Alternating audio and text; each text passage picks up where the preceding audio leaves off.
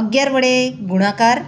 36 ગુણ્યા 11 છે તો તમારે આ 36 છે એને 2 વખત લખવાના, આ એકને છોડી દો. હવે 6 ના 6, 6 ને 3 9, આ 3 ના 3. ત્યારબાદ આનો સરવાળો. અહીં 42 ગુણ્યા 11 છે તો 42ને 2 વખત લખી નાખો અને સરવાળો કરી નાખો. બરાબર.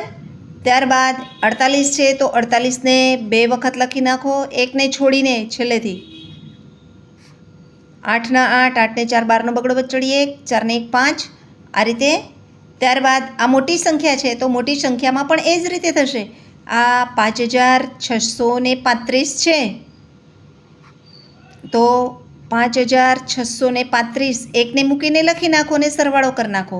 5 ને 3 8, 6 ને 3 9, 6 ને 5 11, 5 ને 1 6. આ રીતે થશે. મિત્રો, જો તમને